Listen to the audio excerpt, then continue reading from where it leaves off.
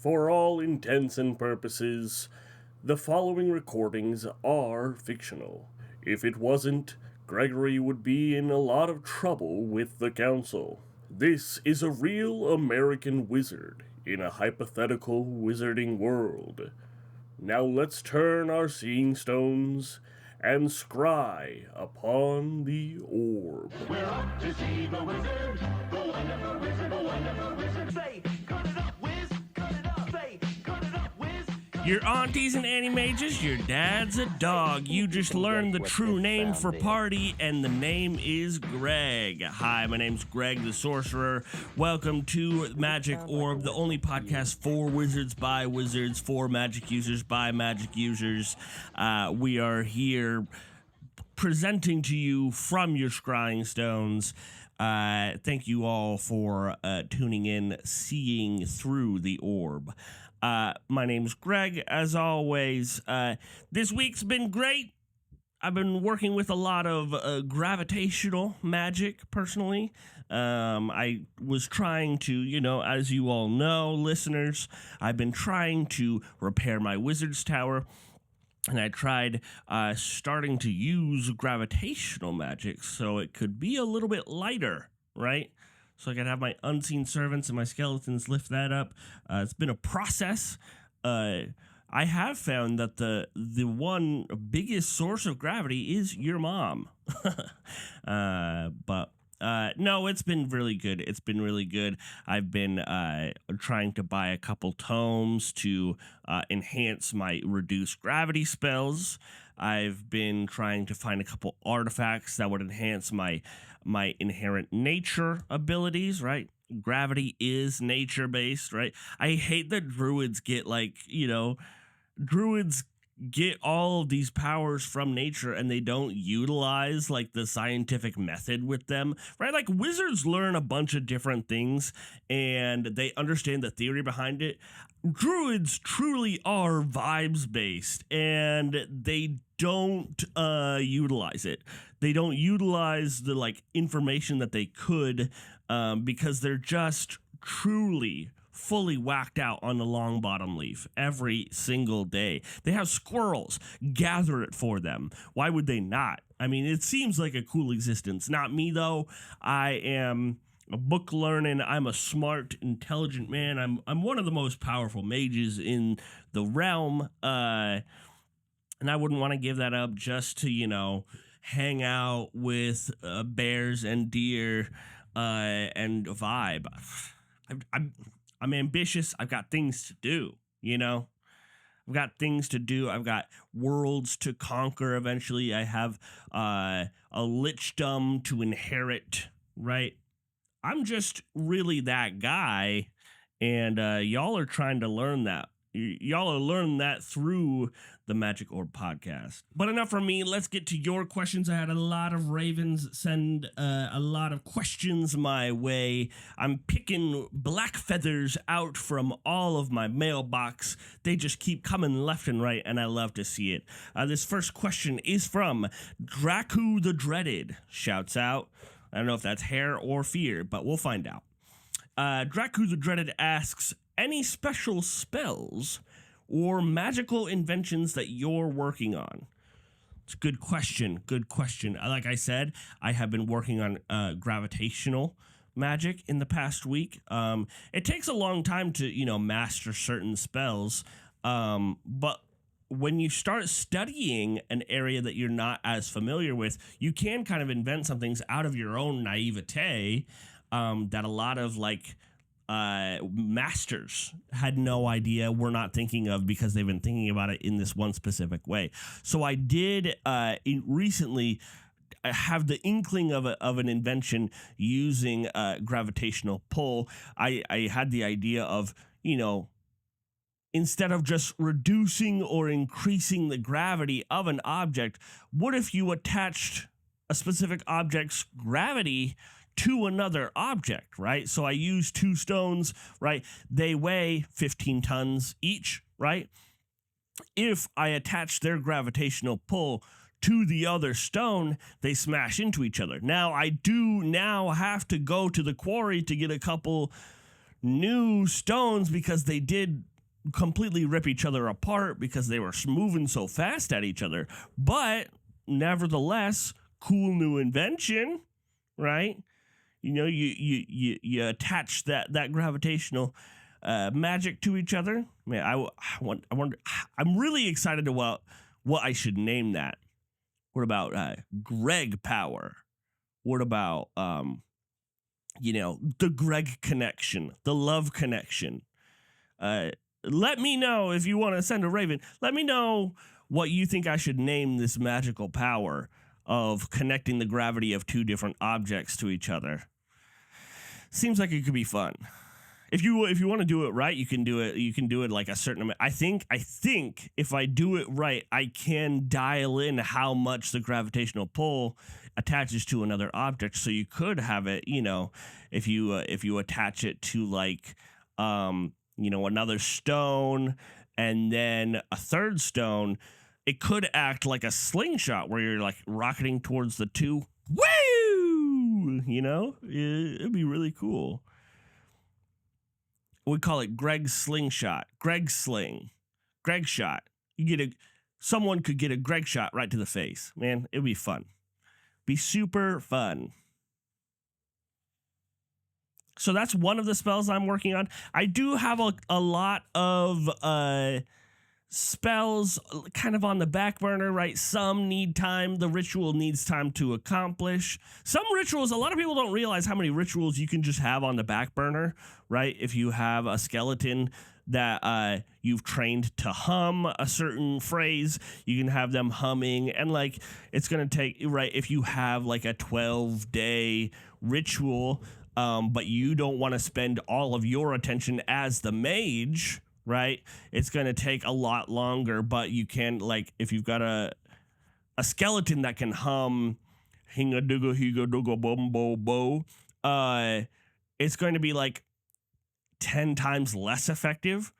But if it takes 12 days, you just have to wait 120 days at that point, right?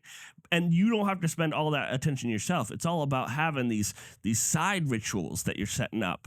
I've got about 13 or 14 side rituals that are just kind of going. Some are in the process of a couple years. Some are in the process of, a couple months, if you use the Gregorian calendar. But, a lot of young mages are not taking advantage of these side rituals that they could be. And if you do want to learn more, I will be selling a grimoire on that. You send me a couple $100 gold and I can get you more information on how you yourself can set up kind of a passive ritual system. But if you come apprentice for me, if you come and follow my every command, I will give you a discount for that. So one of those rituals I do have is, I have a constant raise the dead ritual, right? Because that just renews all of my other skeletons who are humming for my other rituals. You kind of set it up into a loop. I have a ritual of convert gold going. It's really labor intensive, right? That's the thing about getting money, is like it takes a certain amount of labor hours, right? And if you can have a couple skeletons doing that for you, because it doesn't cost a lot, right? Like getting gold, right? The alchemical properties, right? If you want to do it alchemically, it takes a lot more ingredients. But if you just do it in a ritual sense, all it takes is lead and a really long spell, and then you have gold, right? So it's like, is it worth my time? Is it worth my time as a mage, as a master of the arcane, to sit there and, conjure the different elements to be able to put it into the lead to make it gold? Or can I just export that labor to a skeleton, right? It'll take more time, but I'm just saying, any other magical inventions I would like to get into? I haven't yet. I would like to get into the talisman space. I only have, on my rope, I only have, you can see, One, two. I have one slot for a big talisman and one slot for a small talisman. So I'm looking to outfit myself. Perhaps give me a little bit more. Mana, right? Or speed up ritual casting is what I've been talking a lot about today. I have seen a couple command truth talismans, right? It kind of makes yourself into a zone of truth, which I don't know if I would want to be caught in myself, but if I could choose when to have it on me, that might be pretty advantageous. It's either you could either find them at the Grand Exchange or on eBay. So I'm looking there. But if I could craft one myself, that would be a great invention. I would like to write a tome. I would love to write a tome one day. It's something that I've been telling myself to do for a long time, but I'll get around to it. If you have a tome that you think I should write, send me a raven, send me some information on it, and if you would want to learn the spells from it, let me know. All right, next question. Next question is from Daniel Lockwheel. Shouts out Daniel. When exactly is the witching hour? This is a great question. This is a great question because it's got a lot of different answers. When exactly is the witching hour? Well, for non-magic folks, it is 3 a.m. It is 3 a.m. That's when you have to wake up to pee, right? That is when you'll see the most amount of black cats. I would say for a lot of magically adept people, though, it is around 2:30 p.m. 2:30 p.m. 22:30 if you're European or whatever. But 2:30 is the time when the spell sleep is cast the most, and it has a residual effect. If you are magically adept, if you have some innate magic in you, you will feel quite tired at 2:30 p.m. So, if you've been wondering how powerful you are, the more powerful you are, the more sleepy you get at 2:30. That is the witching hour. Also, it could be argued that every hour is the witching hour if you're a witch, right? Boom, it's witching hour, right? Like every witch, that's their catchphrase, right? Anytime a witch wants to do something cool, they're like, check this, it's the witching hour.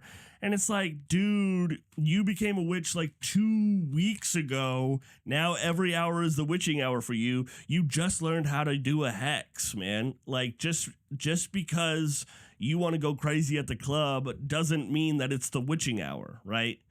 Although if you do see a witch, I had a buddy who became a witch, and every time it hit 3 a.m. at the club, he would conjure 50 black cats and then send them out into the world. And maybe that's why 3 a.m. is the witching hour, because my buddy Grum was going crazy at the club and wanted to show everybody how he can dance better, and so he summons all these black cats, right?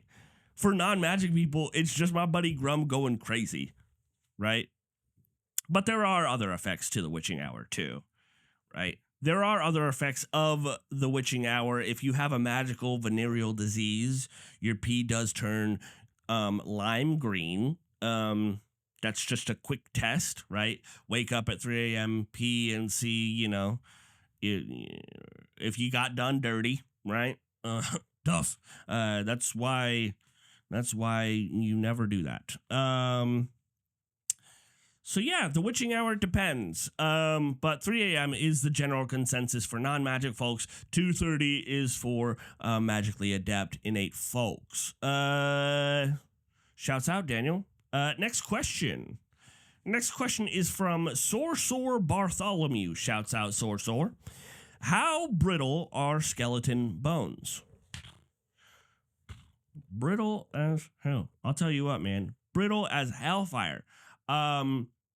You can do a couple things to make sure that your skeleton bones aren't brittle. If you're using them in crafting, if you're, summoning a bunch of different skeletons,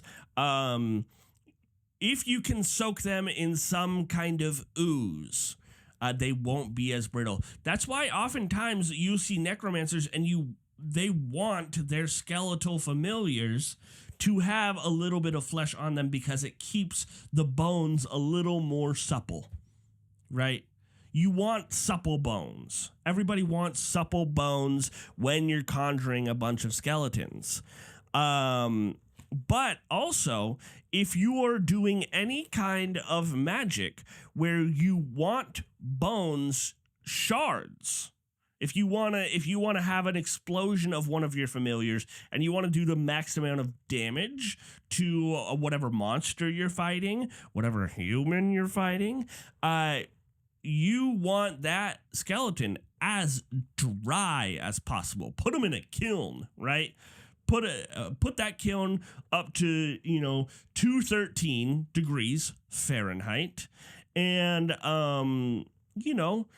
really dry it out, and then you can go into a dungeon. You'll see a gelatinous cube. You'll send your skeletal familiar in there, and you'll cast Bone Explosion. Bing, bang, boom. 50,000 bone shards in a gelatinous cube. It's done.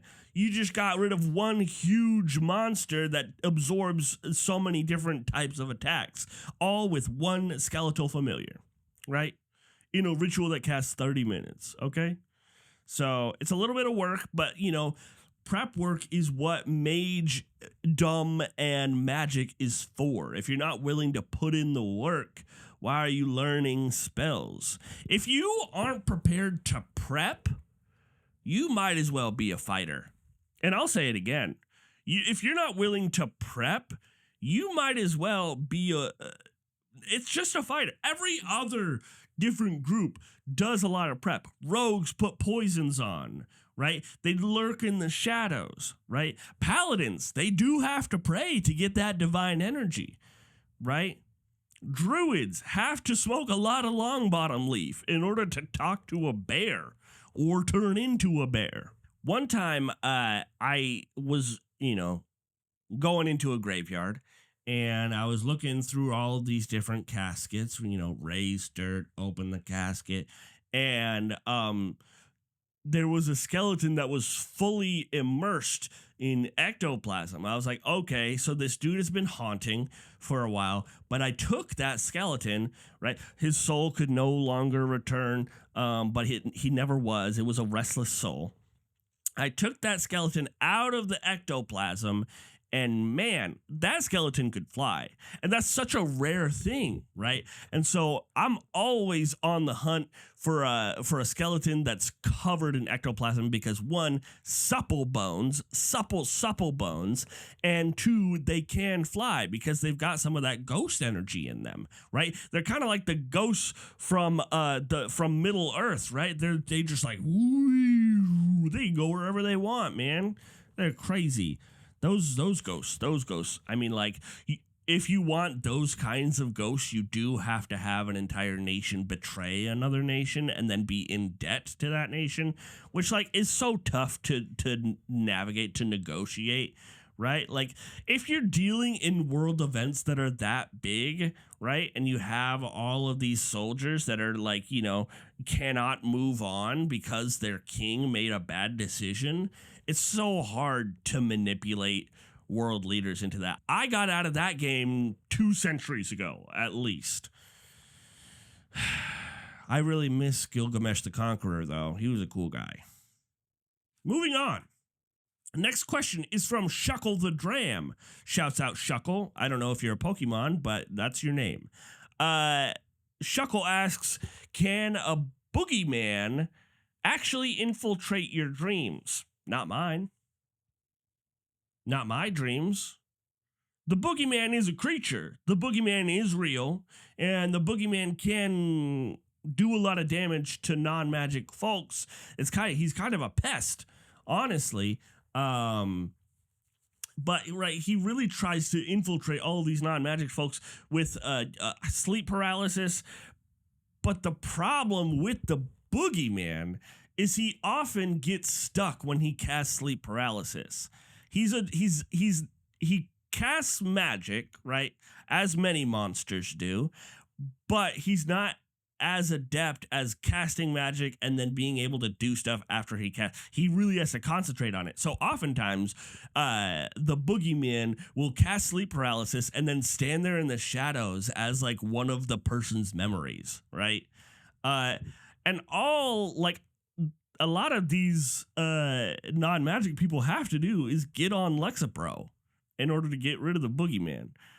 Or they're taking too much Lexapro. Really, like they should talk to their, their bird beak doctor or whatever, right? They still wearing plague masks? I don't know. But, take as much Lexapro as you're prescribed.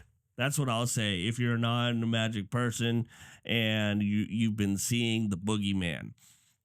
I did have a run-in with the boogeyman. I was really just having trouble sleep, and I cast sleep on myself, which is a no-no. You usually want someone else to cast it on you so that, it can be released properly. But I was just having a tough day. I didn't want to call my buddy. I didn't want to bother them. So I cast sleep on myself. The boogeyman shows up. He casts sleep paralysis on me. I'm laying there for about an hour, but he did turn himself into just like my 4th grade crush, right? This is like right before I went into my apprenticeship.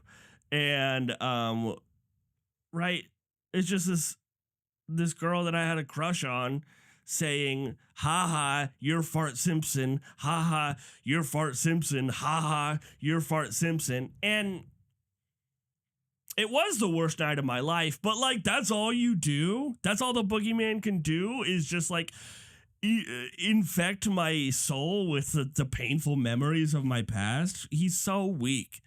I didn't even cry for a week. I didn't.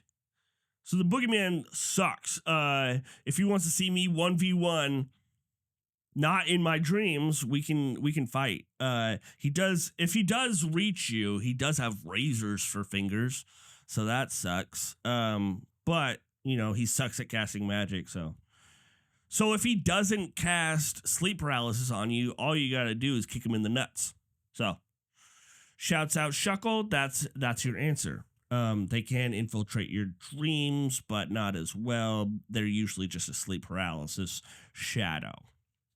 This next question is from Bogle. Shouts out Bogle.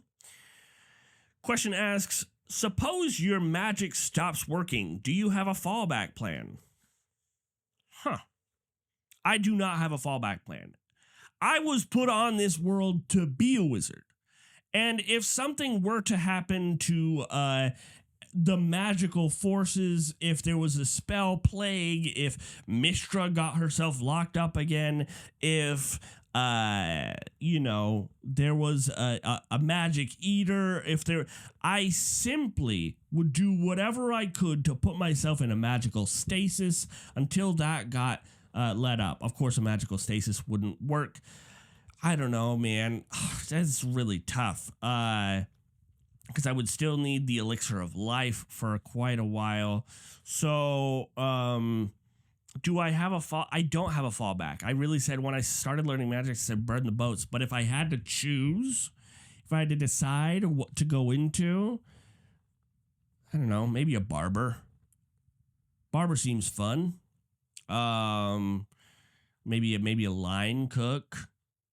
That seems, I need to do something with my hands. That's why I got into wizardry, is because I love raw arcane power, and you're always fiddling with something, and I do love fiddling. If you have not gone out to your wizard's tower, or I don't know, if you're a mechanical wizard, if you've not gone out to your garage, if you have, and just like fiddled around for a while, it's one of the best things to do. It's one of the most fun things to do. I love fiddling.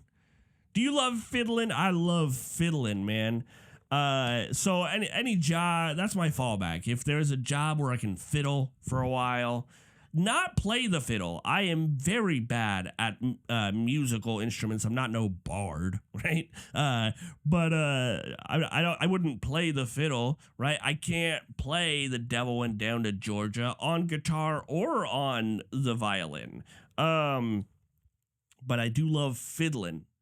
Fiddling's so fun. I fiddle so much, you might as well call me a fiddly fern. I do have a cousin in Massachusetts. They do give tours of the town there where they tried to kill a bunch of witches and were unsuccessful. Salem witch trials are crazy. But they do give tours of that place, and I think they might like someone who was there. So maybe I would do that, right? Like I do have a lot of knowledge if my magic stopped working. But this does make me anxious. I don't like this question. I want to stop looking at it. Next question. This next question is from Broxa. Shouts out Broxa. If you could sit down with a specific magus, alive or dead, who would it be? Alive or dead? A specific magus. Magus, wizard. I'd love to talk to the Earthsea guy, the Wizard of Earthsea. He's really good at true name magic, and that would be fun. I would be really interested in talking to him. That's a whole like different subsection I haven't learned before. Any other specific maguses? I would love to learn from the court wizard of Mansa Musa. The way he perfected gold generation is an inspiration. Right? The wizard of Mansa Musa and Mansa Musa himself destroyed local economies because of how much gold they have. Imagine being that rich. Imagine being so rich you could give every person in a country a couple $1,000 and you don't even do it. That you would have to, right? You would have to. Imagine being so rich that you had enough gold to give so much away it didn't mean as much. Man, they should be doing that, right? He's the one dude who would do that, and he is tight as hell. I would really like to talk to Mansa Musa's court magician, right? I've heard he's pretty cool too, pretty chill. He's really good at a couple different instruments, right? I think he did have some bardic knowledge. That's how he got into the court in the first place. And then he was like, check out how much gold I can have, right? And so he's an inspiration, right? So first we got the Wizard of Earthsea. We got Mansa Musa's court magician. I wish I knew his name. Shoot. Let's see. Confucius. A lot of people don't know that Confucius is a wizard. That's why he was so knowledgeable about war. He was he was a war mage, right? So, contributed a lot to the invention of gunpowder, a crazy magical substance, right? How do you think something explodes like that? How do you think you have such a fast reaction between fire and what looks like sand, right? It's magic. It couldn't be like chemicals. It can't be chemicals. Chemicals don't make gunpowder work, right? Confucius made gunpowder and he invented it and gave it to someone else to find, right? He gave someone else the information. It can't be chemicals. It has to be magical. I don't know any texts specifically that say Confucius was magical. He might just be very smart, but I'm pretty sure I heard from a couple dudes that Confucius is a wizard. So he's also. I would like to talk to Frank Lloyd Wright. Cool mage, really. knew how to make harmonious balance between different realms. And he kind of, I don't know if he's dead or alive. I haven't really kept up in that aspect of the non-magical world, but I would love to talk to Frank Lloyd Wright. His houses really created a balance that was very interesting. Yeah. And lastly, the last great magic user who I would like to sit down with is Lil Jon, the great bard of our time. Yay, yay, yeah, yeah, yeah, yeah. I would love to talk to Lil Jon, one of the great bards of our time, one of the great bards of every time. That dude's immortal, and we all know it.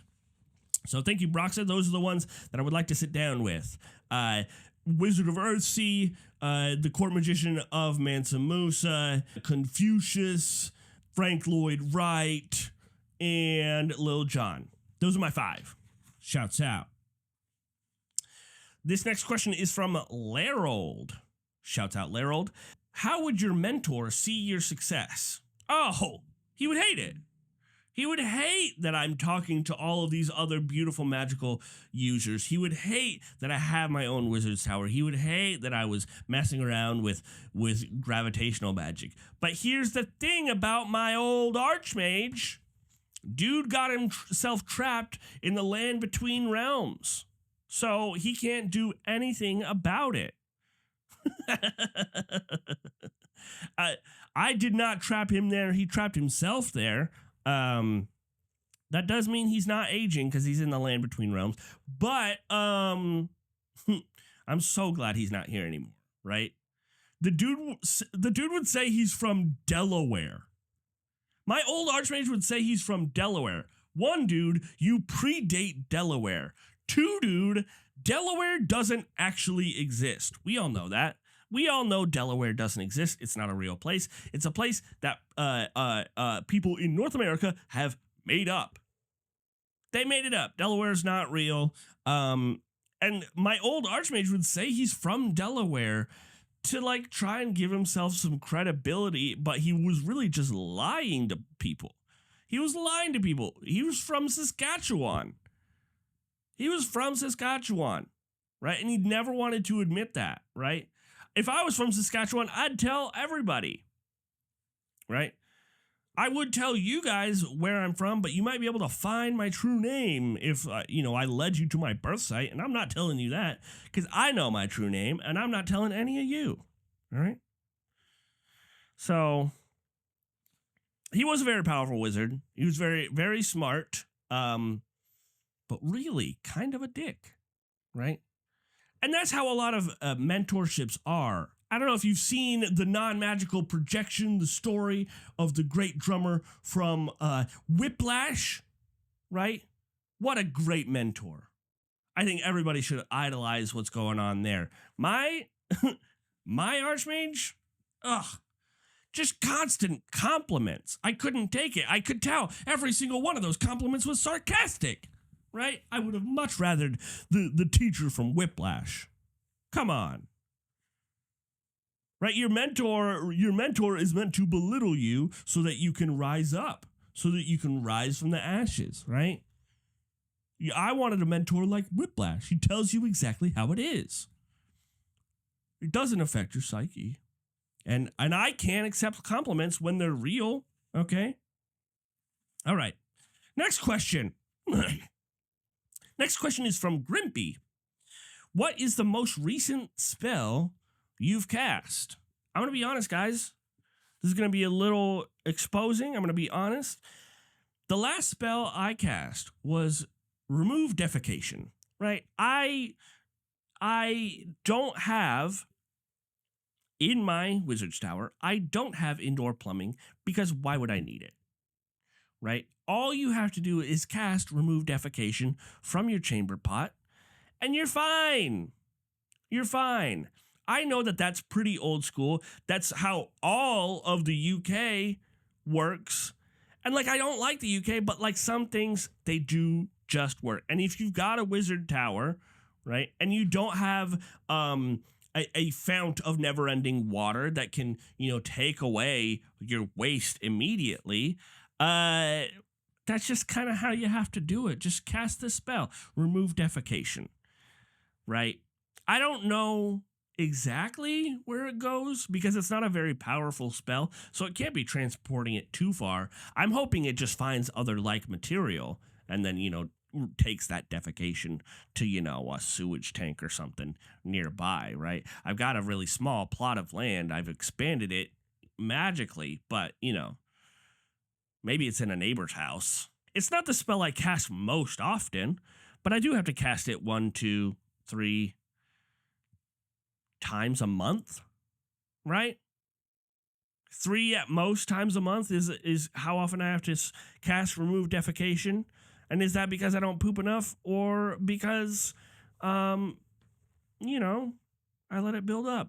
It's because I don't poop enough. That's why. Okay. That's why. So that's my answer to you, Grimpy. Shouts out, Grimpy. That's the most recent spell I cast. This next question is from Archon. Shouts out, Archon. I cast True Resurrection on someone and they're suing me. Am I liable for damages? I'm not a magical lawyer. Nothing I say can be taken as magical law advice. Nothing I say should go to the council. Council shouldn't even know that I'm recording this, right? Okay? So, take everything I say with a handful of salt, with a rock of salt. Take everything I say with a Himalayan pink rock crystal. If you cast True Resurrection on someone and they didn't want to be brought back to life, say they're really old, say they just died at the right time, they feel it was the right time, say every one of their friends and family are already dead as well and they want to return to the spiritual realm, are you liable? You shouldn't be, but you are. Okay? It's time to take responsibility, right? We can all cast True Resurrection once you get powerful enough, but you have to learn the lesson that not everyone wants to live forever. Some people are lame. Some people aren't as cool as us, and that's fine, right? You can't cast True Resurrection on everyone you want to hang out with. That's why I would love to have dinner with the court magician of Mansa Musa. I'm not going to find his body and cast True Resurrection on him. It's been a long time, so I would have to find the dust that he turned into, but I'm just saying. You can't cast True Resurrection on anyone you want, right? Especially if they have a DNR. Sometimes you have to go through non-magic records. You have to, cast teleport to get all those papers to you. You have to find if they have a DNR, and then you can cast True Resurrection on someone. Because if they have one, they do not want to be woken up, right? Some might fight you. Some might sue you, as you can obviously see. I assume because, they're suing you, they're doing it in a magical court because it's about True Resurrection, but if they're non-magical and you cast True Resurrection and they don't want to be alive forever, they'll try and fistfight you. I got a shiner one time doing that. Man, tried to resurrect Abe Lincoln. I mean, this was 40 years after his death, but he was like, "Ow, my head hurts. Put me back." And I was like, "I just wanted to chat. You have a funny looking face." So yeah, probably Archon, you are liable. The next question is from Gabari the Gold. I'm having a child soon, and I would like to know my options for magical anesthetic. Okay, so there's a couple questions I have here. You're having a child. Is it a human child? If it's a human child, there are some options. I know, I do know in the UK, they just cast summon baby, right? What's that spell that they use? They use every time they need to summon something. Asio. They use Asio baby, and it just comes right out the mother. So, you could do that. it does tear you in half, but that's how they do it in the UK. They're fine doing that kind of weird stuff. Uh, in North America, I know there's a couple different rituals where you can get the baby to just slide out. But you are asking about magical anesthetic. Any good anesthesiologist that's magical will have the right magical drugs to get you messed up to not remember the pain that you're going to feel, right? You can go through it and then have someone cast, remove memory, and then you remove the pain of it, and so it's like, I didn't actually go through it, right? I didn't feel the pain, but that's not what you're saying. There are some, unfortunately, childbirth is, some people say, pretty tough. Childbirth, magical or non-magical, some people say pretty tough. So some of the anesthetics. You can take non-magic drugs. Those sometimes work. If you want, you can get a full injection of a sap of the tree of life into your spine, especially if you have a magical baby. Right? If you made love with another magical wizard, and you're worried that, the raw arcane power from that baby is going to do more damage to you, then yeah, you can have some sap of the tree of life injected into your spine. You will need to find a proper plague mask doctor to do that. But I do know it says your name is Gabari the Gold. If you're having a golden baby, you don't need it. It does not hurt. However, if you have happened upon a relationship with a goblin, no magical anesthetic is going to save you. It's going to be yucky. It's going to be gross. If you're giving birth to a hag, I've heard it feels pretty good. Right. I've heard that's why a lot of hags continue to create more hags, is because it feels pretty good. Right. Shouts out to hags. Please do not turn me into a toadstool. If you're having, some kind of beast, if you've been infected with a tumor that's going to grow a beast, that the magical tree of life sap will work for you. Other than that, you do want to find a proper healer. You do want to find someone with really good restoration magic. If you get someone who is constantly casting cure wounds on you, you won't really feel it. It'll tear you up, but they are pretty expensive. That's the one downside I will say to having, a specific healer to guide you through that process. But you also want to be careful. You don't want to get a healer who is too powerful. I know that doesn't make sense, but some healers that are too powerful don't have the sensitivity to stop the healing, right? Some of the most deadly wizards are people who can heal things that you don't want to be healed. If you don't want to be healed of all pain, right? Because then you can't, feel if you pricked your finger, you can't feel if something's on you that's too heavy, you can't feel, right? Like pain does serve a purpose. And some healers got so powerful that they became dangerous foes because they would heal, your fear of death, right? And then you're just like, I don't even care if you kill me, right? You don't want a healer that's too powerful. They will mess you up.